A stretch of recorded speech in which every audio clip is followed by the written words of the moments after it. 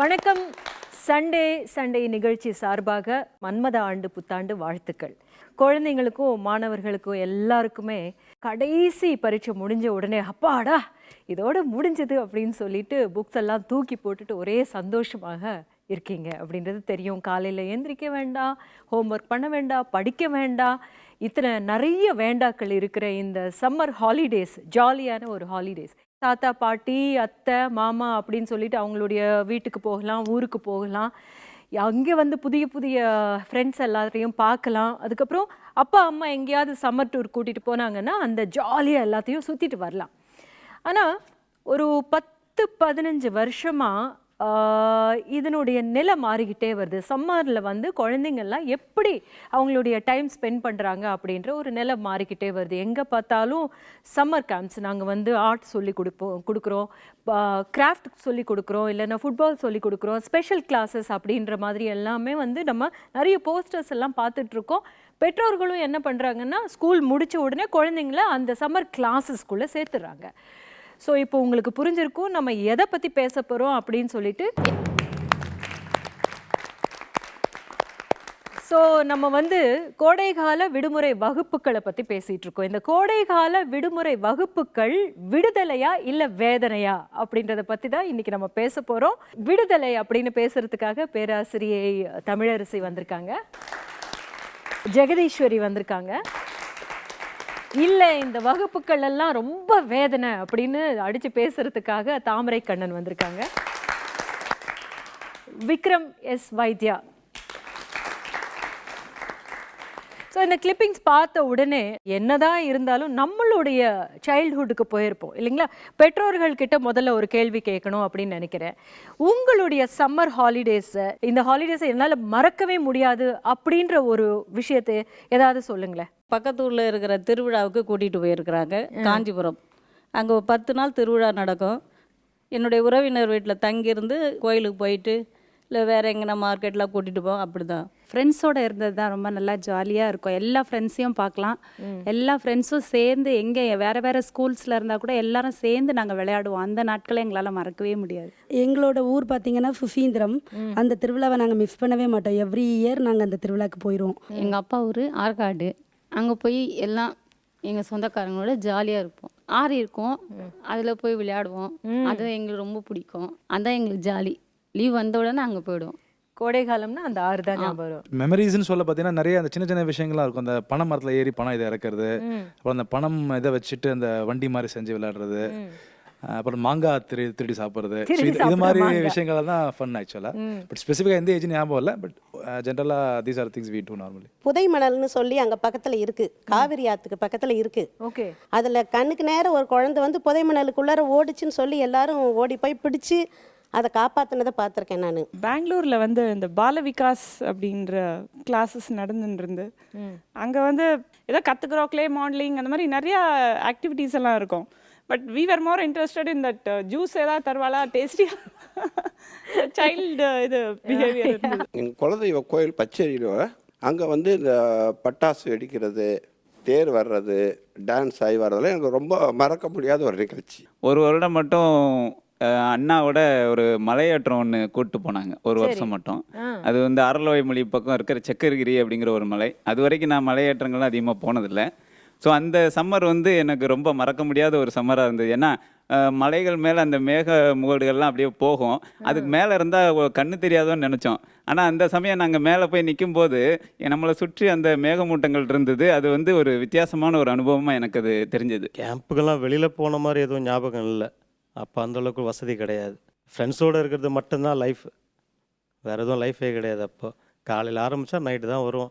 மாங்காய் அடிக்கிறது, புளியங்காய் அடிக்கிறது, அப்புறம் மாட்டிக்கினது. காலைல மாட்டினா ஈவினிங் வெளில வந்தோம். திருப்பி போய் திருடுவீங்க? ஆமாம், அது ரெகுலர். அது நைட்டு மறந்துடுவோம், அது திருப்பி காலையில் திருப்பி ஃப்ரெஷ்ஷாக ஆரம்பிப்போம். மறந்துடுவோம். ஓகே, இப்போது குழந்தைங்க கிட்ட வர்றேன். உங்களுக்கு வந்து இந்த சம்மர் ஹாலிடேஸில் என்ன பண்ணணும்னு விருப்பம்? பீச்சுக்கு போனால் ரொம்ப ஜாலியாக இருக்கும், தண்ணியிலலாம் நிற்கலாம். ஊருக்கு போனாலும் அங்கே வந்து சித்தி சித்தப்பாலாம் பார்க்கலாம். எனக்கு சம்மர் கோச்சிங் போக ரொம்ப பிடிக்கும், கிரிக்கெட் கோச்சிங். மே மாதம் ஆனால் மாமா வீட்டுக்கு போவேன், அங்கேயும் கிரிக்கெட் கோச்சிங் போவேன். ஓ, கிரிக்கெட் ரொம்ப பிடிச்சிருக்கு நம்மளுக்கு. எனக்கு ஊருக்கெல்லாம் போகணுன்னு ஆசை இல்லை, ஏன்னா எங்கள் சொந்தக்காரங்கெல்லாம் சென்னையில் தான் இருக்காங்க. ஆ. இந்த ஹாலிடேஸில் ஜாலியாக கிரிக்கெட் விளையாடணும், கேம்ஸ் விளையாடணும், வெளியே ஃப்ரெண்ட்ஸுங்க கூட போய் டைம் ஸ்பெண்ட் பண்ணோம், படத்துக்கு போனோம், அந்த மாதிரி தான். எனக்கு ஷூட்டிங் போகிறது தான் ஆசை. ஐ சூப்பரா இருக்கே. ஏன்னா நிறைய படத்தில் பண்ணியிருக்கேன். ம். இந்த மணிரத்னம் சார், ஓகே கண்மணி, அப்படியா? ராகவரலன்ஸ், காஞ்சனா 2. ஸோ நடிக்கிறது ரொம்ப பிடிச்சிருக்கு உங்களுக்கு, அதனால சம்மர்ல கூட நடிக்கணும். ஆ. Very good. ஃபேமிலிஸ்குள்ளே சேர்ந்து டூருக்கு போய் நல்லா என்ஜாய் பண்ணிவிட்டு அப்புறம் மறுபடியும் காலையில் எழுந்துச்சு எல்லாருக்கூடயும் சேர்ந்து பேசிட்டு விளையாடிட்டு. ஓகே. மைசூர் மைசூர் போறீங்களா? மைசூர் போயிட்டு அங்கே இருக்கிற பிருந்தாவன் கார்டன்ஸ், பேலஸ் அதெல்லாம் விசிட் பண்ணணும். அப்புறம் பெங்களூரில் போயிட்டு அங்கே இருக்கிற பிளேசஸ் எல்லாம் பார்க்கணும். அதான் பிளான். எல்லாம் பிளான் போட்டாச்சு, டிக்கெட்லாம் வாங்கியாச்சு. Very good. எனக்கு வந்து கன்னியாகுமரி போகணுன்னு ரொம்ப ஆசை. ஆ. கன்னியாகுமரி போய் அங்கே இருக்க எல்லா இடத்துக்கும் போகணும். எங்கள் அப்பா இப்போ கூட்டிகிட்டு போகிறேன்னு சொன்னாங்க, ஆனால் டைம் இருக்குமான்னு தெரில. அதுக்கப்புறம் எங்கள் அப்பார்ட்மெண்ட்லேயே நிறைய பேர் இருக்காங்க, அவங்க கூட சேர்ந்து செவரில் எகிரி குதிச்சு ஹைட் அண்ட் சீக் விளாடணும், ரோட்டில் சுற்றி கேட்சரை ஏமாற்றி விளாடணும். அதான் ஆசை. இவ்வளோ பிளான்ஸ் வச்சுருக்காங்க. கன்னியாகுமரி போகணுன்றாங்க, கோவா போகணுன்றாங்க, செவரேறி குதிச்சு விளையாடணும் அப்படின்னு சொல்லி பிளான் போடுறாங்க. இப்படி எல்லாம் இருக்கும்போது இவங்களை வந்து சம்மர் கோச்சிங் கிளாஸஸில் போடுறது சரிங்களா? மிகப்பெரிய தவறு மேடம். ஒரு காலத்தில் என்ன சொன்னோன்னா, குழந்தைகளே பத்திரம், புத்தகங்களை கிழித்து விடாதீர்கள்னு சொல்லி கொடுத்தோம் கையில். இன்றைக்கு என்ன சொல்கிறோன்னா, புத்தகங்களே பத்திரம், எங்கள் குழந்தைகளை கிழித்து விடாதீர்கள்னு சொல்கிறது தான் இன்றைய கல்வி முறை. அப்போது அச்சடிக்கப்பட்ட பாட புத்தகங்கள் இல்லை கல்வி என்பதில் நான் திடமான நம்பிக்கை கொண்டிருக்கிறேன். 1,00,000 ரூபா பணம் கட்டி ரெக்கமெண்ட் பிடித்து ஒரு பெரிய பள்ளியில் சேர்த்து விட்டு அடுத்த நாள் டீச்சர் என்னடா சொன்னாங்கன்னா, வாயாமூட் கப்சிப்புன்னு சொன்னாங்க. என் குழந்தை சொல்லுகிறது என்றால், புத்தகங்களை மறந்துவிட்டு, பாடங்களை மறந்துவிட்டு, இயல்பூக்கத்தோடு, அதாவது உண்மையில் நாங்கள் படித்த இந்த எங்கள் உடம்புல தழும்பு இருக்கும் அங்கங்கே, இதெல்லாம் கிராமங்களில் அந்த கோடை மாதங்களில் பங்குனி சித்திரை காலங்களில் கிணத்துல குதித்து மரத்தில் ஏறி கீழே விழுந்து நாங்கள் பட்ட தழும்பு என்பது வெறும் தழும்பல்ல, அனுபவச்சோடுகள். அதெல்லாம் ஒரு கவிதை ஒன்று படித்தேன் மேடம். தும்பி பிடித்ததில்லை, பட்டாம்பூச்சி பார்த்ததில்லை, சேற்றுவியல் இறங்கியதில்லை, ஆடு மாடு பார்த்ததில்லை, ஆனாலும் சொல்லுகிறாய் லிவிங் என்று, ஐ ஆம் லிவிங் என்று அந்த கவிதை முடியும். நீ வாழ்கிறாய் எப்படி சொல்லுகிறாய்? ஏதோ சென்னையில் இருக்கிறாய், சென்னை எப்படிப்பா கீரை, ஏதோ கீரை, அந்த கீரைங்கிறது தான் இவங்க வாழ்க்கை, இந்த குழந்தையின் வாழ்க்கை. அப்போ அந்த ஒரு மாதமாவது இவர்கள் தன்னை உணர்ந்து, இன்னும் சொல்ல போனால் இவங்க ஏன் சம்மர் கேம்ப் அனுப்புகிறாங்க தெரியுமா மேடம்? உளவியல் ரீதியாக பல பிரச்சனைகள் இருக்குது. சித்தப்பா வீட்டுக்கு அனுப்புவதில் இவர்களுக்கு உடன்பாடு இல்லை, குழந்தையா வீட்டுக்கு அனுப்புவதில் உடன்பாடு இல்லை, ஏதோ சொத்து தகராறு, வரப்பு தகராறு, உறவுகளில் வேண்டாம்னு ஒதுங்கி வாழ்கிற இந்த சமூகம் அந்த ஒரு மாதம் கூட அங்கே போயிடக்கூடாங்கிறதுக்காக ஏதோ ஒன்று திரிக்கிறது. அதான் உண்மை. ஏதோ சாக்கு போக்கு. அல்லது அந்த ஒரு மாதம் கூட தன்னோடு வைத்து கொண்டு அனுபவ வாழ்க்கையை கற்றுக் கொடுக்க முடியாமல் பிள்ளைகளை தொல்லையாக நினைக்கிற பெற்றோர் நினைச்சதுனால தான் சம்மர் கேம்ப் அங்கே வந்து மழை, காட்டில் மழை பெய்யுது, கொண்டு அங்கே விடுறாங்க. இவர்கள் ஒன்றும் கற்றுக் கொடுத்து எதுவுமே வர்றதில்லை மேடம். இயல்புக்குன்னு சொல்கிறேன் பார்த்தீங்களா, இயல்பாகவே தலைமை சொல்கிறாங்க, டான்ஸ் கிளாஸ் அனுப்புனேன், பாட்டு கிளாஸ் அனுப்புனேன் அப்படின்னா சம்மர் கிளாஸ் போகிற அத்தனை குழந்தைகள் MS சுப்புலட்சுமி வருவது இல்லை. அவர்களுக்கென்று இன்ஹரண்ட் நேச்சர் இருக்குது பார்த்தீங்களா, உள்ளார்ந்த ஒரு திறன் இருக்கிறத அதை நம்ம கிள்ளிட்டு அதை அமுக்கிட்டு தான் ஏதோ ஒன்று வெளியே திணிக்கிறோம். நல்ல கல்வி என்பது வெளியே திணிப்பதில்லை, உள்ளிருந்து வர்றது. அந்த ஒரு மாதங்கள் அந்த குழந்தை விட்டுருக்கவனிங்க, அவனுக்கு என்ன தேவைன்னு அவனே புரிஞ்சுப்பான், அவனை உணர்ந்து கொண்டு 15 வயசுக்கு மேலே 20 வயசுக்கு மேலே அந்த குழந்தை தன்னாலே வெளிப்படுத்துவாங்கிறது எங்களோட நோக்கமே தவிர, இந்த சம்மர் கிளாஸஸ் என்பது அது தேவையற்றது மட்டும் சொல்ல மாட்டேன், மிகப்பெரிய மோசடி இந்த சமூகத்தில் நடக்கும் தான் சொல்லுவேன். எனவே இந்த குழந்தைகளை குழந்தைகளாக விட்டு விடுங்கள், அவன் முன்னேறுவான். ரொம்ப சரியாக சொன்னீங்க. குழந்தைங்க வந்து நம்ம ஸ்கூலுக்கு கொண்டு போய் சேர்க்குற வரைக்கும் பார்த்தீங்கன்னா கூட எத்தனை விஷயங்கள் கற்றுக்குறாங்க. எப்படி கேட்குறது, அம்மா அப்பான்னா என்ன, என்ன வார்த்தைகள் என்ன, நம்ம பேசும்போது அந்த பாஷை எப்படி கற்றுக்குறாங்கன்னா நம்ம பேச பேச கற்றுக்குறாங்க. காலையில் என்ன, ராத்திரி என்ன அப்படின்றது அப்போது வந்து நேச்சுரலாக கற்றுக்கிறது தான். நீங்கள் சொன்ன மாதிரி எல்லா ஸ்கூல்ஸையும் இழுத்து மூடுங்க அப்படின்னு தான் சொல்ல வராங்கன்னு நினைக்கிறேன். ஒரு சிறிய இடைவேளைக்கு பிறகு தொடர்ந்து பேசுவோம்.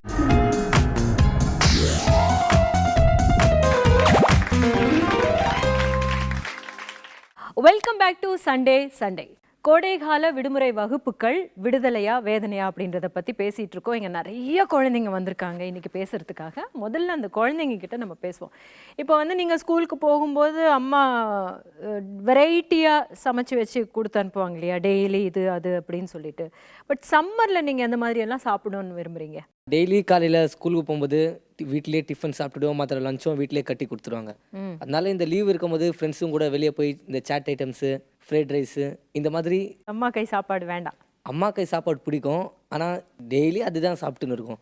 வெளியில் போய் சாப்பிட பிடிக்கும். பட் லீவில் வந்து அம்மாவே வீட்டில் என்னென்ன சாப்பிட்ணுன்னு வெளியில் சாப்பிட தோணுதோ அதை அம்மாவே வீட்டில் பண்ணி கொடுக்க சொல்லி சாப்பிட்டா இன்னும் ஜாலியாக இருக்கும். அதனால அம்மாவே மோஸ்ட்லி மெட்டீரியல்ஸ்லாம் வாங்கிட்டு வந்து பண்ண சொல்லி சாப்பிடுவேன். இப்போ நீங்க ஊருக்கு போறீங்க இல்லையா, சித்தி வீட்டுக்கு அங்கெல்லாம் போறீங்க இல்லையா, அவங்க செஞ்சு கொடுக்குற சாப்பாடு பிடிக்குமா இல்ல எங்கள் தாத்தா சூப்பராக சமைப்பார்.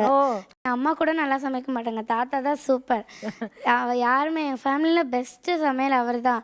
இப்போ கூட வந்து ஓல்டானா கூட அந்த கரெக்டாக அந்த இதெல்லாம் போட்டு ரொம்ப சூப்பராக பண்ணி தருவார். அது கரெக்ட் தான். எல்லாரும் லாஸ்ட் டைமே நம்ம ஒரு வாட்டி பேசின போது ஆண்கள் தான் ரொம்ப நல்லா சமைக்கிறாங்க அப்படின்ற ஒரு முடிவுக்கு நாங்கள் வந்தோம். அது உண்மையான ஒரு விஷயம் கூட. எங்கள் அப்பா சமைக்கிறது தான் எனக்கும் ரொம்ப நல்லா பிடிக்கும். எனக்கும் எங்கள் அம்மா விட எங்கள் அப்பா தான் சூப்பராக சமைப்பார்.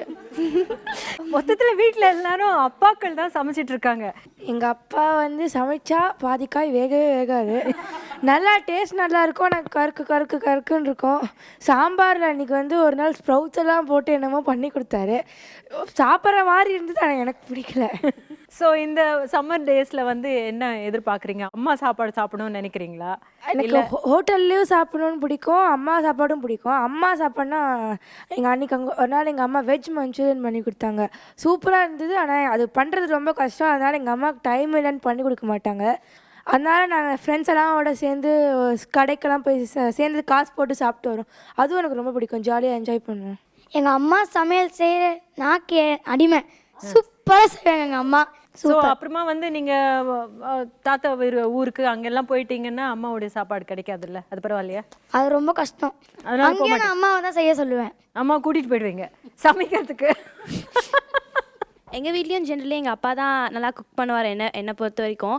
பட் ஸ்டில் எங்கள் அப்பாவுக்கு அவ்வளோ நிறைய டிஷ்ஷஸ் தெரியாது, பட் தெரிஞ்சதை நல்லா பண்ணுவார். ஸோ மோஸ்ட்லி நான் எங்கள் அம்மாவை தான் டிபெண்ட் பண்ணியிருப்பேன். ஊருக்கு போனால் எங்கள் ஃபேமிலி ரிலேட்டிவ்ஸ்லாம் நல்லா பண்ணுவாங்க. ஸோ எல்லாருக்கூடயும் சேர்ந்து எல்லாருமே ஒட்டுமொத்தமாக செஞ்சு சமையல் செய்யும்போது it has a different taste. So I like that. Picnic எல்லாம் போவீங்களா? அப்போலாம் இட்ஸ் டோட்டலி டிஃப்ரெண்ட். எல்லாருமே ஒன்றா சேர்ந்து இருக்கும்பொழுதும் நம்ம தனியாக இந்த மாதிரி ஹோட்டல்லாம் போய் சாப்பிடும்போதும் இட்ஸ் அ டிஃப்ரெண்ட் திங். ஏன்னா ஹோட்டலுக்கு போனால் அவங்க எதோ பண்ணி தருவாங்க, ஸோ இட்ஸ் நாட் ஹெல்த்தி. அது ஒரு சைடில் இருக்கட்டும், பட் ஸ்டில் எல்லா ஃபேமிலியாக இருக்கும்போது it gives a good relationship. Very good. பெற்றோர்கள் வந்து நீங்கள் இந்த சம்மர் கிளாஸஸ் எல்லாம் உங்களுடைய கண்ணில் படும்போது இந்த கிளாஸஸ்க்கு நம்ம அனுப்பிச்சிடலாம் அப்படின்னு சொல்லி நினைக்கிறதுக்கு முக்கியமான காரணம் என்ன? படிப்பு அறிவை விட வெளியில் போனாலும் அந்த அறிவு கிடைக்கும், நியூ ஃப்ரெண்ட்ஸ் கிடைப்பாங்க. பசங்க ஒரு கேரமோ இல்லை ஒரு டென்னிஸோ விளையாடுறோன்னா அந்த கேமுக்கு அது யூஸ்ஃபுல்லாக, அவனுடைய ஃப்யூச்சர் அதையே ஸ்பெஷலாக பண்ணணும்னா அது ஒரு யூஸாக இருக்கும். அந்த ஒன் மந்த் அது யூஸ்ஃபுல்லாக இருக்கும். இல்லை விளையாட்டு 11 மாதம் அவங்க கற்றுக்க தானே செய்கிறாங்க. இந்த ஒரு மாதம் அவங்கள விட்டா என்ன? ஒரு மாதம் விட்டா என்னன்னு சொன்னால் காலம் அப்படி இருக்குது, பலவித ஆக்டிவிட்டிஸ் தெரிஞ்சிருக்கணும். அப்போ எங்களுடைய காலம் பார்த்தீங்கன்னா ஒன்று வெறும் போனோமா கழனி போனோமா படித்தோமா அப்படின்னு போயிட்டு. ஆனால் இந்த காலம் படிப்பறிவு மட்டும் கிடையாது, பல விதமும் தெரிஞ்சிருக்கும். அதனால சரி இந்த ஒரு மாதம் வந்து படிக்கல, அதனால இதில் நம்மளை அவனுக்கு இன்ட்ரெஸ்ட் கொடுத்து அவனை வளர்க்கலாம், அதில் சேர்க்கலாம் அப்படின்றது தான் பெற்றோர்களுக்கு. இப்போ குழந்தை வந்து டிராயிங்கில் வில்லிங்காக இருக்குது அப்படின்னா அவங்க அந்த டிராயிங்க்கு அதை கொண்டு போய் விடுவாங்கன்னு சொல்ல முடியாது. நீ எனக்கு மியூசிக் தான் பிடிக்கும், அதனால் நீ மியூசிக்கில் நல்ல பெரிய ஆளாக வரணும் அப்படிங்கிறதுல தான் கொண்டு போய் அவங்கள விடுறாங்களே தவிர இதில் அந்த திணிப்பு தானே வருது. இல்லை அப்படியெல்லாம் ஒன்றும் இல்லை. ஃபஸ்ட்டு உனக்கு பிடிச்சிருக்கா போ, இல்லைன்னா வேண்டாம். ரொம்ப கம்பல் பண்ண மாட்டாங்க. ஓகே, அதனால தான் நீங்கள் அந்த பக்கம் உட்காந்துருக்கீங்க. அதுவே ஒரு பெரிய விடுதலை தானே மேடம். 11 மாதம் படிக்கிறாங்க, ஒரு மாதம் நீங்கள் ஃப்ரீயாக விடக்கூடாதான்னு கேட்குறீங்க. நாங்கள் ஃப்ரீயாக தான் விடுறோம். நீங்கள் அங்கே இங்கே பாதுகாப்பு இல்லாமல் விளையாடுறத போய் அந்த சம்மர் கிளாஸில் போய் சேஃப்டியாக விளையாடுங்கன்னு தான் நாங்கள் சொல்கிறோம். படிக்காமல் இருப்பதை விட பிறக்காமல் இருப்பதை மேல் என்று சொன்னார் பிளாட்டோ. எதுக்காக படிக்க அனுப்புகிறோம்? நம்முடைய உடல், உள்ளம், ஆன்மா இவற்றினுடைய ஆற்றல்களை கொண்டு அந்த குழந்தைகிட்ட இருக்கிற தனித்திறமையை வெளியே கொண்டு வருவது தான். எங்களுடைய குழந்தைகளுக்கு என்ன விருப்பமோ அதை தெரிந்து கொள்வதற்கு, ஒரு புரிதல் உணர்வு ஏற்படுவதற்கு அச்சாணியாக இருப்பது இந்த கோடை காலங்கள் தான். அது மட்டுமல்ல, புதிய புதிய நட்புறவு அவர்களுக்குள்ள கிடைக்கும், புதிய நட்பு வட்டங்கள் உருவாகும். இதுதான் என்னுடைய வாழ்க்கையினுடைய லட்சியம் என்று குழந்தைகள் அந்த இடத்துல போய் தீர்மானிக்குது. நீச்சல் கத்துக்கிறாங்க, கேரம் கத்துக்கிறாங்க, விளையாட்டுல என்னென்ன தெரியுமோ அதை தெரிஞ்சுக்கிறாங்க. சோ இந்த நட்புறவுகள் எல்லாம் வந்து அங்கதான் கிடைக்குது அப்படின்னு சொல்றாங்க. அது சரியா? அவங்க சொல்ற மாதிரி 1 மந்த் ஃபுல்லா கேம்ல இருப்போம். திருப்பி ஸ்கூல் ஸ்டார்ட் ஆகும்போது அந்த இன்ட்ரெஸ்ட் நம்மளுக்கு வரும். அப்போ வரும்போது அந்த நேரத்துல படின்னா நம்மளால படிக்க முடியாது. நம்ம இன்ட்ரெஸ்ட் ஃபுல்லா இதுலயே இருக்கணும் இதுலயே இருக்கும்னு சொல்லுவோம். ஸோ அதனால நம்ம வந்து அந்த நாங்க படின்னு சொல்லலப்பா, உங்களை வாழ்க்கையில உங்களுக்கு முன்னாடி வைக்கப்பட்டிருக்கிற லட்சியத்தை முடின்னு தான் சொல்லி நாங்க அனுப்புறோம். இந்த லட்சியத்தை இன்னும் எங்க தாத்தாவே முடிக்கல. அவர் அப்பா உங்க தாத்தா முடிக்கல நீ எப்படி சொல்லுவ? இப்போ 58 வயசு ஆகுது, இன்னமும் அவர் ஏதோ ஒரு டிகிரி படிச்சுருக்காரு. கேட்டா எங்க அப்பா அதான்டா சொல்லுவாரு, கட்டுறது கையளவு கல்லாது உலகளவு. இந்த வயசுல அவர் படிச்சு என்ன பண்ண போறாரு? சம்மர் கிளாஸ்லயும் போய் படிங்க. அந்த 11 மாசத்தோட உங்களோட படிப்பு முடிஞ்சு விடல. சம்மர் கிளாஸ்லயும் போய் படிங்க. அப்படி ஹிட்லர் மாதிரி எங்க தாத்தாவோட அப்பாவால தான் எங்க தாத்தா லைஃபை இன்னும் படிச்சுனே தான் இருக்காரு அவர். எப்பவுமே கத்துக்கணும் அப்படின்ற ஒரு மனப்பான்மை இருக்குது, ரொம்ப நல்ல விஷயம்தான். நீங்க சொல்லிட்டு இருக்கிற மாதிரி வந்து அனுபவங்கள் நமக்கு வந்து தேவை அப்படின்னு சொல்றீங்க. அந்த அனுபவங்கள் கொடுக்கிறது இந்த மாதிரியான கோடைக்கால வகுப்புகள் அப்படின்னு அவங்க சொல்றாங்க. எது சரி எது தவறு என்பதை பற்றி தொடர்ந்து பேசுவோம். சிறிய இடைவெளிக்கு போகும்.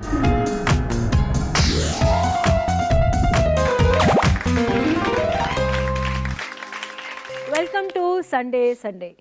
கோடைக்கால விடுமுறையில் சம்மர் கேம்ப் சரியா தவறா அப்படின்றத பற்றி பேசிகிட்டு இருக்கோம். சரியா தவறா அப்படின்ற வார்த்தையே நம்ம வந்து யூஸ் பண்ணக்கூடாதுன்னு நினைக்கிறேன்னா, இது ஒரு அனுபவங்கள் கிடைக்கக்கூடிய ஒரு நேரமாக இருக்கணும் அப்படின்னு அவங்க சொன்னது அதுவும் சரியான ஒரு விஷயந்தான். ஆனால் அது வந்து குழந்தைங்க மேலே திணிக்கக்கூடாது அப்படின்ற ஒரு தவறை பற்றி தான் நம்ம இப்போ பேசிக்கிட்டு இருக்கோம். இப்போ இங்கே இருக்கிற குழந்தைங்க, நீங்கள் லாஸ்ட் சம்மர் கேம்ப் போனீங்களா? எங்கள் ஸ்கூல்லேயே நிறைய சம்மர் கேம்ப்லாம் கண்டக்ட் பண்ணுறாங்க. அதில் செஸ்ஸில் தான் சேர்ந்தேன். Because I am personally interested in it. எங்கள் ஃபேமிலியில் ஒன்றும் யாரும் என்னை கம்பல் பண்ணல, இந்த மாதிரி இதில் தான் நீ சேரணும், இதில் தான் உனக்கு இன்ட்ரெஸ்ட் இருக்குது அப்படிலாம் யாருமே என்னை கம்பல் பண்ணல. Summer camp it lost only for 3 hours maximum. ஒரு டேல 3 hours. நம்ம டெய்லி கிளாஸ் போகிறது 8 hours கிட்ட இருக்கும். அந்த மீதி 5 hours நீங்கள் என்ன வேணாலும் பண்ணுங்கள். You can enjoy yourself whatever you can do. The 3 hours உங்களால் ஸ்பெண்ட் பண்ணால் என்ன ஆகிட போகிறோம்? ஸோ நீங்கள் செஸ் கிளாஸ்க்கு போயிருக்கீங்க. அஃப்கோர்ஸ் அதில் இன்ட்ரெஸ்ட் இருக்கிறதுனால வந்து உங்களுக்கு அது ரொம்ப என்ஜாயபுளாக இருந்திருக்கும் இல்லையா? நீங்கள் லாஸ்ட் இயர் ஏதாவது ஒரு சம்மர் கோச்சிங் கிளாஸ்க்கு போயிருக்கீங்களா? எனக்கு ஜென்ரலாகவே ஸ்விம்மிங்கில் இன்ட்ரெஸ்ட். அதனால் நான் வந்து எங்கள் அப்பா கிட்ட கேட்டு நானே போனேன். ஆனால் நான் என்ன சொல்ல வரேன்னா, சில பேரை வந்து நீ வந்து வீட்டில் என்ன உன்னால் என்னை பார்த்துக்க முடியாது, ரொம்ப படுத்துவேங்கிறதுக்காக போய் சம்மர் கிளாஸில் போன்னு போய் திணிப்பாங்க. அது பண்ணக்கூடாது. இப்போ நானே இன்ட்ரெஸ்ட்டாக நான் போய் அப்பா எனக்கு சேர்த்து விடுப்பான்னு போய் கேட்டால் அது சேர்க்கலாம். ஆனால் வந்து நீங்களாக போங்க, நீங்கள் இந்த சம்மர் ட்ராயிங் போ, நீ ஸ்விம்மிங் போ, அது போனால் நல்லாயிருக்கும், இது போனால் நல்லாயிருக்கும் அப்படின்னு சொல்லி திணிக்கிறது வந்து எனக்கு இதுவாக தெரில. நீங்கள் ஏதாவது கோச்சிங் கிளாஸஸ் போயிருக்கீங்களா? லாஸ்ட் இயர் கிரிக்கெட் கோச்சிங் எடுத்து போயிருந்தேன். சரி, அது உங்களுக்கு பிடிச்சதுனால போனீங்களா? இல்லை பிடிச்சிருந்தா தான் போனேன். அப்பா அம்மா சொல்லி போகல? நானாக தான் போய் சேர்ந்துட்டேன். நீங்களா போய் கேட்டேன்? பேசிக் கம்ப்யூட்டர் கிளாஸ்க்கு மட்டும் போயிருந்தேன். அதுவும் நானா இன்ட்ரெஸ்ட் தான். ஏன்னா பிடிச்ச விஷயத்த நம்மள தான் கற்றுக்கணும். பிடிக்காதது சேருனா அது சேர்ந்தும் ஒரு யூஸும் இல்லை. ஆனால் உங்கள் அப்பா அம்மா என்ன சொன்னாங்க? எந்த கிளாஸுக்கு போக சொன்னாங்க? என்ன மாதிரி சஜஷன்ஸ்? அப்பா என்ன சொல்ல, உனக்கு எது பிடிச்சிருக்கோ நீ அது பண்ணு, உனக்கு யூஸ்ஃபுல்லாக இருந்தால் அது பண்ணு அப்படின்னு. ஆனால் படிக்கிற விஷயத்தில் எதுவும் சொல்ல மாட்டாங்க. ஸோ ஸ்டார்டிங்கில் எங்கள் அப்பா வந்து ஸ்போக்கன் இங்கிலீஷ் கிளாஸ் போ, உருது கிளாஸ் போ, ஸோ அந்த மாதிரி சொல்லுவார். இல்லை என்னால் போக முடியல, எனக்கு இப்போ படிப்பு வராது அப்படின்னு சொன்னதுனால சரி எப்படியாவது போ அப்படின்னு விட்டுட்டேன். எப்படியாவது போ அப்படின்னு விட்டுட்டாங்க அப்படின்றாங்க. இப்போல்லாம் ஸ்கூல்ஸில் கிராஃப்ட் கிளாஸ் இல்லை, எடுத்துட்டாங்க. இப்போ ட்ராயிங் எடுத்துடலாமான்னு யோசிச்சுட்டு இருக்கிறாங்க.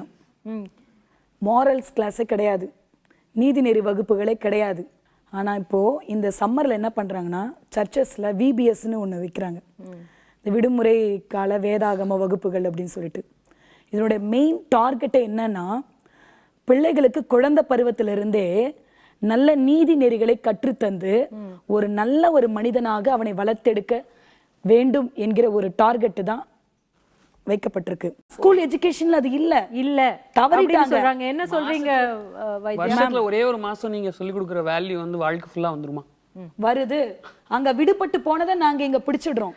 பேசிக்கலி இன்னைக்கு கொடுக்கக்கூடிய கல்வி முறையிலேயே வந்து எனக்கு உடன்பாடு கிடையாது. இன்னைக்கு பெருவாரியான படித்த மக்கள், பெரிய அறிஞர்களுக்கே வந்து இன்னைக்கு இருக்கக்கூடிய ஸ்கூல் சிஸ்டம்ஸ்ல வந்து உடன்பாடு கிடையாது. நீங்க சொன்னீங்களே கேரம் செஸ் விளையாடலாம், ஒரு மாசத்துல வந்து படிக்க வச்சிடலாம்னு சொல்லிட்டு, அந்த ஒரு மாசம் அந்த பிள்ளை போகுது, அதுக்கப்புறம் அது திருப்பி வந்து ஸ்கூலுக்கு அனுப்பும்போது அந்த குழந்தைக்கு நீங்க கேரம் செஸ்ஸை கண்டினியூ பண்ண விடுவீங்களா? கண்டினியூ பண்ண விடலைன்னா கூட அந்த நேரத்துக்கு இல்ல, கேள்வி சிம்பிள், கண்டினியூ பண்ண விடுவீங்களா? அவர் சொல்றதுல வந்து ஒரு உண்மை இருக்கு மேடம். அதாவது ஒரு மாசத்துக்கு தான் நீங்க அனுப்புறீங்க, அதனால அவன் திறமை வளர்ந்துருமா அப்படின்னு சொல்லிட்டு எல்லாரும் வந்து மேலோட்டக்கமா இந்த ஒரு மாசம் லீவுன்னு பேசிட்டு இருக்கோம்.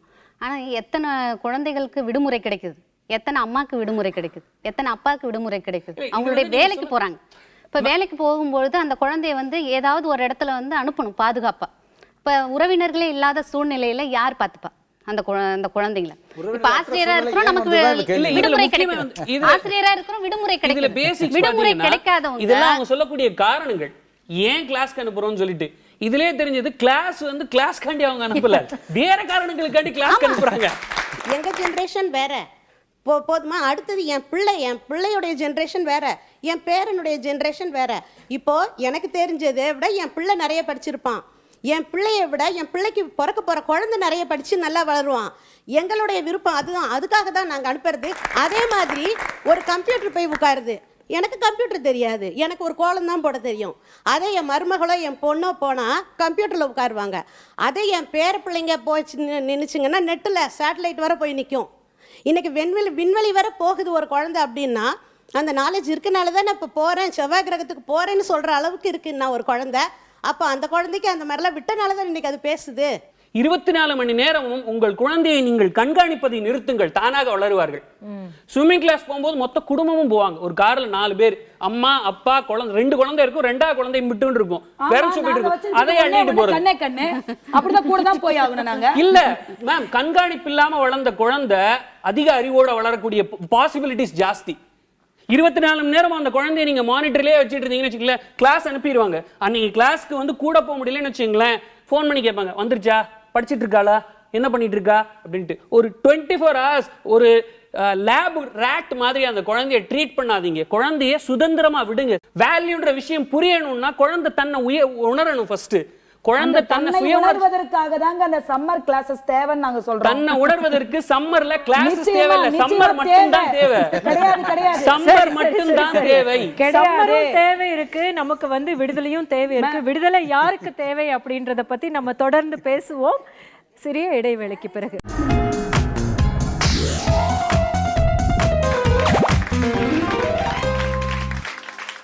Welcome back to Sunday.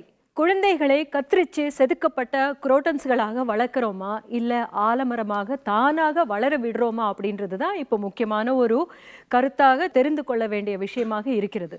ஒரு குழந்தைக்கு வந்து என்ன ஆர்வம் இருக்கிறது, என்ன வழியில் போகிறதுக்கு அந்த குழந்தையினுடைய மென்டல் பிரெயின் எப்படி வயரிங் செய்யப்பட்டிருக்கிறது அப்படின்னு கற்றுக்கிறதுக்கு வந்து இந்த சம்மர் கேம்ப்ஸ் ரொம்ப உதவுது அப்படின்னு நிறைய பேர் சொல்லியிருக்காங்க. சில இடத்துல அது உண்மையாகவும் கூட தெரியுது நமக்கு.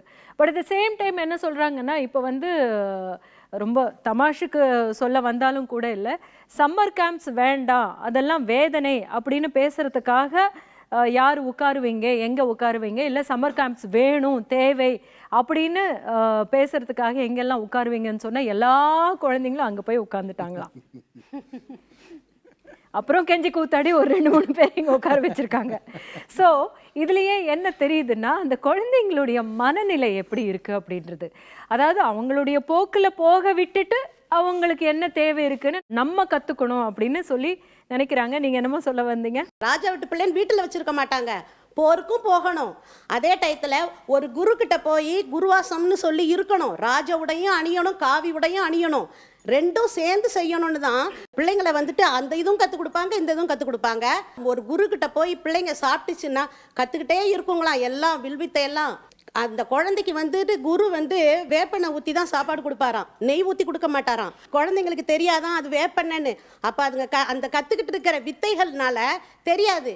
அவங்க வீட்டு நினைப்பு வரும்போது தான் அடடா கசக்குது, இது நெய் கிடையாது வேப்பெண்ணெய்ன்னு தெரியுமா. அப்போ ராஜா வீட்டு பிள்ளைங்களே அந்த டயத்தில் குருகுலத்தில் கல்வி இல்லாமல் எல்லா வித்தையும் கற்றுக்கிட்டாங்க. நம்மளோட சென்னையில் எடுத்துங்க படிக்கிற பிள்ளைங்கெல்லாம் வீக்லி சண்டேல எந்த குழந்தைங்க வெளியில் போகலை, பீச்சுக்கு போய் பாருங்க, விளையாட்டு பூங்காக்களில் போய் பாருங்க, குழந்தைங்கள ஃப்ரீயாக தான் விடுறாங்க, படிக்கிற படிப்பும் சொல்லி தராங்க, கூட்டிட்டும் போகிறாங்க. அடைக்கல. ஒரு கேள்வி கேட்குறேன், இங்க இருக்கக்கூடிய குழந்தைங்கள்ல எத்தனை குழந்தைங்க ஸ்டாம்ப் கலெக்ட் பண்றீங்க? இல்ல. கரன்சி, ஃபாரின் கரன்சிஸ் எத்தனை பேர் கலெக்ட் பண்றீங்க? ஒண்ணு. எத்தனை பேர் முட்டி உடஞ்சு சைக்கிள் விட்டுருக்கீங்க? எத்தனை பேருக்கு கதை சொல்ல பிடிக்கும்? எத்தனை பேருக்கு கதை கேட்க பிடிக்கும்? யாராவது கதை சொல்றாங்களா உங்களுக்கு? எந்த பாட்டியும் தாத்தாவும்? மேம், இந்த விஷயம் எதுவுமே இன்னைக்கு சம்மர் கிளாसेसல கிடையாது. இல்ல sir, I beg to differ actually. ஏன்னா we are running a play school actually. My wife is running a play school. So we also conduct summer camp. Summer clamp எல்லாமே கவர் ஆகும். Arts and craft, story telling. என்னென்னலாம் சொல்லி கொடுக்குறீங்க? Art and கிராஃப்ட்னா drawing, இந்த மாதிரி எல்லாம், origami மாதிரி age specific இருக்கும் ஆக்சுவலா. யோகா கத்து கொடுக்குறோம் யோகா கற்றுக் கொடுக்குறோம். மன வளத்தை சொல்லி தரோம். இன்னொன்று மேம், ஸ்கூல்ஸில் படிக்கிற படிப்புக்கு ரிசல்ட்ஸ் தேவை. இங்கே வந்து ரிசல்ட்ஸ் எல்லாம் கிடையாது, மார்க் எடுக்கணுன்ற நெசசிட்டி கிடையாது, நிர்பந்தம் கிடையாது, கம்பல்ஷன் கிடையாது.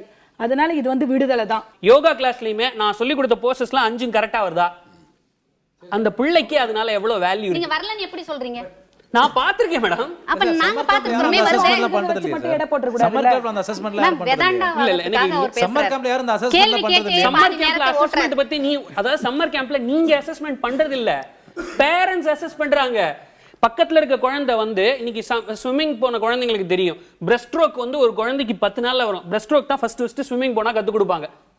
ஏன்னா அது ஈஸி, உடம்புல இருந்து எனர்ஜி கம்மியா கன்சியூம் ஆகும் சொல்லிட்டு ஒரு குழந்தை 10 நாள்ல கத்துக்கும். ஒரு குழந்தைக்கு வந்து 3 நாள்லயே டியூப்ல இருந்து வெளியில வந்துடும். ஒரு குழந்தை வந்து 20 நாள்ல வரும். 20 நாள்ல அந்த குழந்தை வந்து லேட்டா கத்துக்கிற குழந்தைக்கும் 10 நாள்ல வர குழந்தைக்கும் அந்த பேரண்ட்ஸ் கம்பேரிசன் பண்றாங்க. அந்த குழந்தை மேல அந்த பாரம் விழுகுது அப்படின்றத அண்டர்ஸ்டாண்ட் பண்றாங்கல்ல. இவங்க கூடவே போய் உட்கார்ந்து அந்த குழந்தைய மானிட்டர் பண்றாங்க. அந்த குழந்தைக்கு ஸ்விம்மிங் தேவையா? தப்புன்னு சொல்றேன். என் குழந்தை திறமையா வரணும், அது தெரிஞ்சுக்கணும் அப்படின்னு சொல்லிட்டு கூடவே போயிட்டு 24 மணி நேரமும் நாங்க அதை போட்டு உடைக்கிறோம் நுழைக்கிறோம்னு சொல்றீங்களே. 24 மணி நேரமும் எங்களுடைய குழந்தை நன்றாக வர வேண்டும் என்பதற்காக எங்கள் நேரத்தை நாங்கள் செலவு செய்வோம். ஒரு சைடு நீங்க வந்து மேம், ஏன்னா நம்மளோட மேல இருக்கிறவங்க வந்து கம்பேரிசன் நம்ம பண்றோம். எங்க அம்மா அப்பா அந்தோட கம்பேரிசன் பண்றாங்க, நம்மளுக்கு கீழே இருக்கிறவங்களே ஏன் கம்பேரிசன் பண்ண மாட்டாங்க நான் கேட்கிறேன். மத்தவனை விட என் பிள்ளை உயர்ந்த நிலைக்கு வரணும்னு சொல்லிட்டு உயர்வான எண்ணத்தை தானே வைக்கிறாங்க. என் பிள்ளை கீழே போயிடணும், வீணா போயிடணும் எந்த இல்ல அவங்கள விட இவங்க எல்லாரும் விட என் பையன் நல்லா இருக்கானே, என் பொண்ணு நல்லா இருக்காளே அப்படின்னு ஏன் சொல்றது இல்ல?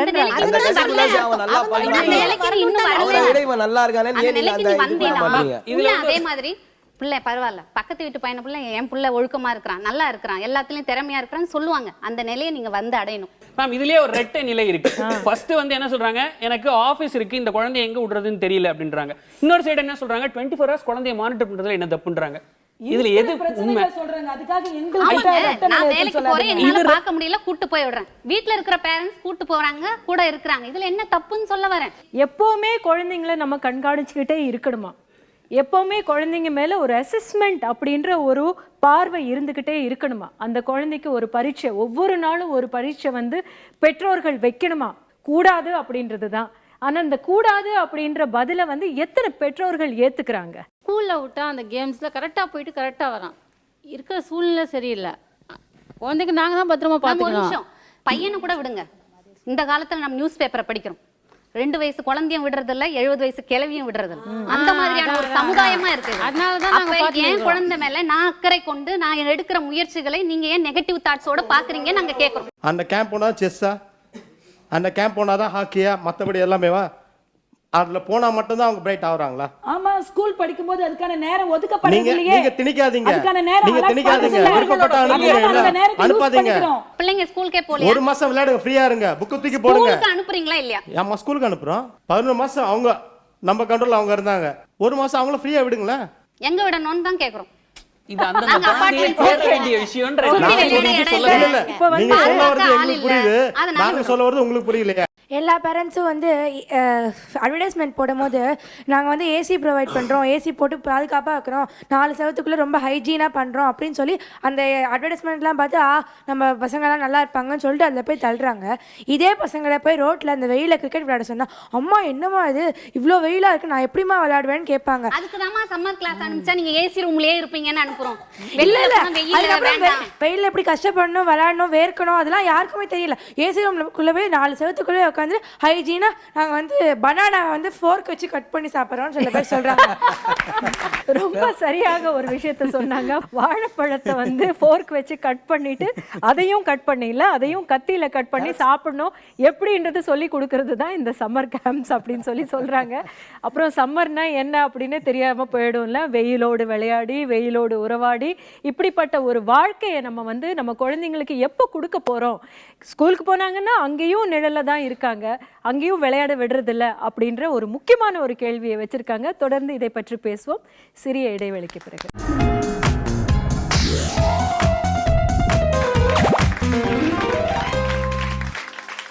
Welcome back to Sunday. கோடைகால வகுப்புகள் குழந்தைகளுக்கு விடுதலையா இல்லை வேதனையா அப்படின்றத பற்றி பேசிகிட்டு இருக்கோம். இப்போ வந்து சம்மர் கேம்ப்ஸ் இருக்குது, சம்மர் கோர்சஸ் இருக்குது. இது எல்லாமே வந்து புதுசாக ஏதாவது சொல்லி கொடுக்குறாங்களா, இல்லை அந்த நம்ம வந்து கிளாஸஸில் படிக்கிறோம் இல்லைங்களா, அதையே சார்ந்து சொல்லி கொடுக்குறாங்களா? இப்போ நியூவாக நிறைய இன்ட்ரடியூஸ் பண்ணியிருக்காங்க. அதாவது செல்ஃப் கான்ஃபிடென்ட்டை வளர்த்துக்கிற மாதிரி எல்லாமே நான் பண்ணுறது. என்ன மாதிரி? Jewellery making, terracotta, paper jewellery, அதே மாதிரி யோகா கிளாஸஸ், உங்களுக்கு ஏரோபிக்ஸு, எல்லாமே அவங்க கற்றுத்தராங்க. இது வந்து யாரும் திணிக்கிறதே கிடையாது பேரண்ட்ஸு. ஏன்னா குழந்தைங்க வந்து சொல்லுங்க, ஜப்பானில் சம்மர் பீரியடில் மட்டும்தான், அந்த சம்மர் டேஸில் மட்டும்தான் ஸ்கூல் டீச்சர்ஸ் எல்லாம் என்ன பண்ணுவாங்களா, குழந்தைகளுக்கு ஒரு எக்ஸ்கர்ஷன் சம்மர் டேஸில் ஏற்படுத்தி என்ன பண்ணுவாங்களாம், ஹிரோஷிமா நாகசாகி அந்த இடத்துக்கு கூட்டிட்டு போயிட்டு அணுகுண்டு வீச்சால் பாதிக்கப்பட்ட இந்த 2 நகரங்களை பாருங்க. இப்படிப்பட்ட ஒரு பேரழிவிலிருந்து தான் நம்முடைய ஜப்பான் இந்த அளவுக்கு உயர்ந்திருக்குது அப்படின்னு அந்த பிள்ளைகளுக்கு கற்றுக் கொடுப்பார்களாம். அதுக்கு உரிய ஒரு சரியான ஒரு தருணம் எதுனா கோடை காலத்துல தான். அதனால தான் உங்க குழந்தைய சம்மர் ஹாலிடேக்கு ஜாலியான உலக கூட்டுங்க. ஏன் நாங்க காட்ட ரெடியா தான் இருக்கோம், காட்ட ரெடியா தான் இருக்கோம். இது எதுவுமே பண்ணாம கிளாஸா கூட்டி போனாங்க அவங்க. சரி, நீங்க சொல்லக்கூடிய இம்பார்ட்டன்ட்டான ஒரு கேள்வி இருக்கு. இதை பற்றி நம்முடன் பேசுறதுக்காக வந்திருக்காங்க சமூக ஆர்வலர் உமாநாத் விழியன். வணக்கம் உமாநாத் விழியன், உங்களுடைய பங்களிப்பு இந்த இடத்துல எப்படி இருக்கு? இந்த 2 தரப்பும் பார்த்தோம் அப்படின்னா 2 பேரும் ரொம்ப தீவிரமாக நிற்கிற மாதிரி தோணுது. ஆக்சுவலாக குழந்தைங்களுக்கு கோடை காலத்தில் என்ன தேவை அப்படின்றத பார்த்துட்டு அதுக்கப்புறம் நம்ம அனலைஸ் பண்ணால் கரெக்டாக இருக்கும். இப்போ கோடை காலத்தில் சாரும் இவங்களும் சொல்கிற மாதிரி அந்த லைஃப் ஸ்கில்ஸ் தான் வந்து ரொம்ப ரொம்ப முக்கியமான விஷயம். அதை வந்து இந்த கோடைக்கால வகுப்புகள் தருதான்றதுனா அது மிகப்பெரிய கேள்விக்குறி. நம்ம வந்து ஒரு வகுப்புக்குள்ளே எந்த விஷயத்த சொல்லி தந்தாலும் அவங்களுக்கு கான்ஃபிடென்ஸ்லாம் வளரணும் கிடையாது. இந்த ஸ்விம்மிங் போகிறோம், நம்ம ஸ்விம்மிங் கிளாஸோட விட கிணத்துல குதித்து கற்றுக்கணவங்க தான் ஸ்விம்மிங் தான் இன்னும் கான்ஃபிடெண்ட்டாக இருக்கும். அதில் தான் வந்து நம்பிக்கை, போராடுற குணம்லாம் இருக்கும். நீங்கள் டியூபுக்குள்ளே உட்கார வச்சு நம்ம ஸ்விம்மிங் கற்றுக் கொடுத்தீங்கன்னா நம்மளுக்கு அந்த லைஃப் ஸ்கில்ஸ்லாம் வந்து வரத்துக்கான வாய்ப்பு வந்து ரொம்ப ரொம்ப கம்மி. இப்போ எங்கே பிரச்சனை ஆரம்பிக்குதுன்னா, ஒரு கூட்டு குடும்பமாக இருந்து நம்ம தனியாக ஒரு 3 பேர், அப்பா அம்மா குழந்தை மட்டும் வந்துட்டோம். இப்போ வந்து நம்ம பேரண்ட்ஸ் வந்து குழந்தைங்க என்ன யோசிக்கிறாங்கன்றது கேட்கறதுக்கான டைம் நம்மளுக்கு கிடையாது. அந்த டைம் வந்து நம்ம இந்த கோடை காலத்தில் வந்து இன்னும் நிறைய நம்ம பயன்படுத்திக்கலாம் அப்படின்னு தோணுது. அதே மாதிரி நீங்கள் பாதுகாப்பு கருதி நம்ம அந்த ஸ்கூலில் விடுறோம் அப்படின்றோம். Who certifies? அந்த ஸ்கூலை யார் சர்டிஃபை பண்ணுறது? There is no certification. நீங்கள் அட்லீஸ்ட் நம்ம ஸ்கூல்ஸ் இருக்க சர்டிஃபிகேஷன் கூட அந்த நிறுவனத்துக்கு இல்லை. எல்லா நிறுவனம் நம்ம குறை சொல்லல. But who is there to certify? நீங்கள் எப்படி அவங்கள வந்து ஒரு பாதுகாப்பான நிறுவனம்னு நம்ம எப்படி அவங்கள ஜஸ்டிஃபை பண்ண முடியும்? அவங்க வச்சிருக்க கோர்ஸை வந்து எங்கே நீங்கள் வந்து அப்ரூவல் வாங்கியிருக்கீங்க? இந்த கோர்ஸுக்கெலாம் நான் இதெல்லாம் பண்ணுறேன் அப்படின்னு எங்கே அப்ரூவல் வாங்கியிருக்கீங்க? ஆத்தென்டிகேஷன் எங்கே இருக்குது? அது இல்லாமல் அவங்க வந்து they are not again professionals. எல்லா இடத்துலையும் யூ டோன்ட் கெட் ப்ரொஃபஷனல்ஸ். அந்த ஸ்கூல் ஆரம்பிக்க போகிறோன்னா அந்த டீச்சரே தான் எல்லாத்தையும் பண்ண போகிறாங்க. அகெயின் அதுக்குன்னு ஸ்பெஷலைஸ்டாக கொண்டு வர போகிறது தான் ரொம்ப ரொம்ப கம்மியான விஷயங்கள் தான். ஸோ இதுக்கான தீர்வு, அதாவது குழந்தைகளுக்கான இந்த விடுமுறைக்கான தீர்வு வந்து கோடைக்கால வகுப்புகள் கிடையாது. இங்கே பேசிக்கலி இந்த குழந்தைங்களுக்கு என்ன தேவைன்றதை நம்ம வந்து உணர ஆரம்பிக்கணும். இந்த ஸ்கூல் கொடுக்காத அந்த லைஃப் ஸ்கில்ஸை வந்து ஜாஸ்தி கொடுக்கணும். என்ன சொல்கிறாங்கன்னா, அந்த மெமரிஸ் யாருக்கெல்லாம் ரொம்ப ஸ்ட்ராங்காக இருக்கோ அவங்க தான் வந்து பிற்காலத்தில் வந்து பெரிய படைப்பாளிகளாகவும் சமூக ஆர்வலர்களாகவும் சிந்தனைவாதியாகவும் ஆவாங்க அப்படின்றது வந்து ஹிஸ்ட்ரி சொல்லியிருக்கு. நீங்கள் வந்து இந்த 11 மாதம் நம்ம அவங்கள போட்டு நசுக்கிட்டு இந்த 1 மாதமும் நம்ம வந்து அவங்கள வந்து சுவாசிக்கவே விடுறதில்லை. லிட்ரலி அதுதான் ideal mind is creators work shop. எதுவுமே யோசிக்காமல் இருக்கும்போது தான் இந்த பிரச்சனைக்கு நம்ம தீர்வு காணலாம் அப்படின்னு அவங்க யோசிப்பாங்க.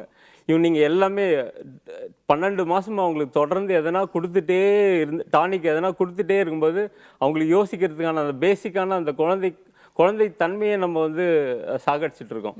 இந்த விவாதத்தில் பேசும்போது கண்காணிப்பு வேணும் அப்படின்னு சொன்னாங்க இல்லையா? கண்காணிப்பு எப்படி இருக்கணும்னா, இந்த ஒரு கர்வ் மாதிரி போனோம். நீங்கள் ஆரம்பத்தில் ஒரு வயசு குழந்தைய நீங்கள் ஆப்வியஸ்லி 24 hours பார்த்து தான் இருக்கணும்.